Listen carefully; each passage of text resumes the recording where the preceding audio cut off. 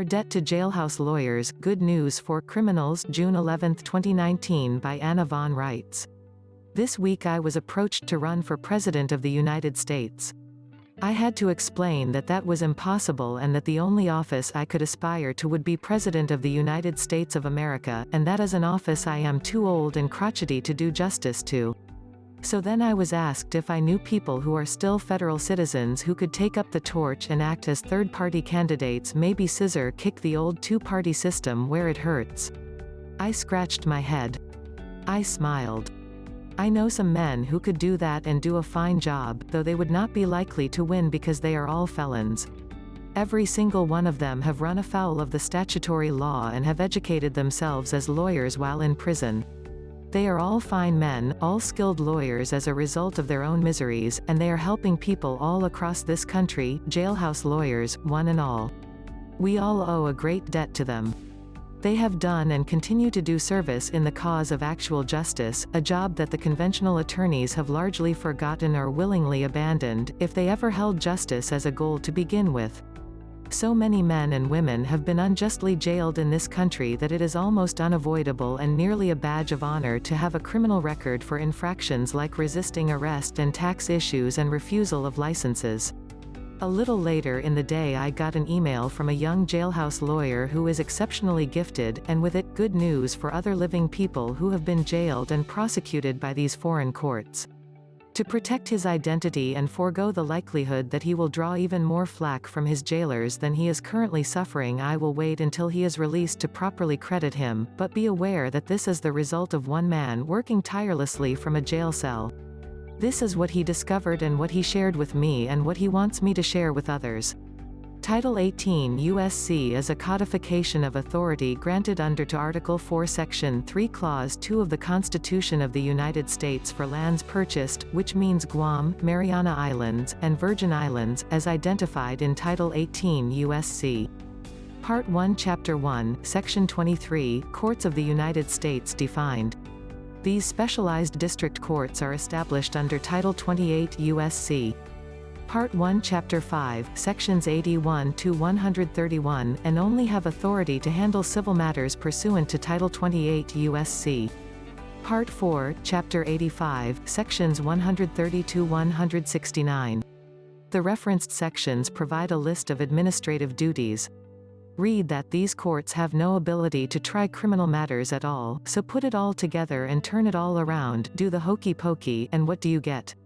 A. Virtually every criminal case they have adjudicated as void for lack of jurisdiction and lack of due process, and B. They are simulating legal processes, which is clearly criminal activity, constructive fraud, and whenever it has involved fines or charges for incarceration fees charged to the public purse, it is organized crime and racketeering. I think we have just sounded the death knell of the prisons for profit scheme and mandated the end of the false charges and false imprisonment of millions of Americans who aren't from Guam, the Marianas, or the Virgin Islands. This coming to light is especially helpful in view of our discovery that the IRS has moved its headquarters from Puerto Rico to the Marianas. Now we know why, and we also know where all the public transmitting utilities, the entities using our names in the form John M. Doe, are being domiciled. These municipal corporations are being housed in the Marianas to bring them under the jurisdiction of these criminal district courts, and only God knows what form of law is being practiced in the Marianas. In Puerto Rico, where they domiciled our estates doing business under names in the form John Michael Doe, we were being held accountable under the Spanish law of the Inquisition. Sweet. Well, folks, this also appears to be a gross violation of Article 1 Section 8, Clause 17 of the Municipal Constitution, which limits the activities of the municipal United States government to the District of Columbia. Houston, we have a problem here, Mr. President. A real, great, big, fat, stinking corruption problem. Corruption of the municipal government. Corruption of the courts. Fraud, theft, and racketeering by these subcontracting commercial corporations on an unimaginable scale.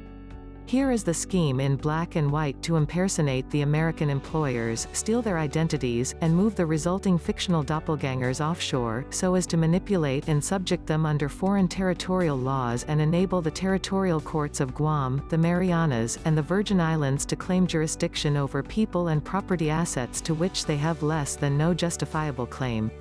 Pope Francis, Queen Elizabeth, and President Trump, we have figured out the whole scheme, top to bottom. We can cite chapter and verse, not only for the prior fraud against our estate interests, but the present fraud involving the public transmitting utilities, and it looks like we need to send 1,000,000 volts up all of your collective entity knickers. The great fraud is over. Done. There won't be a reboot.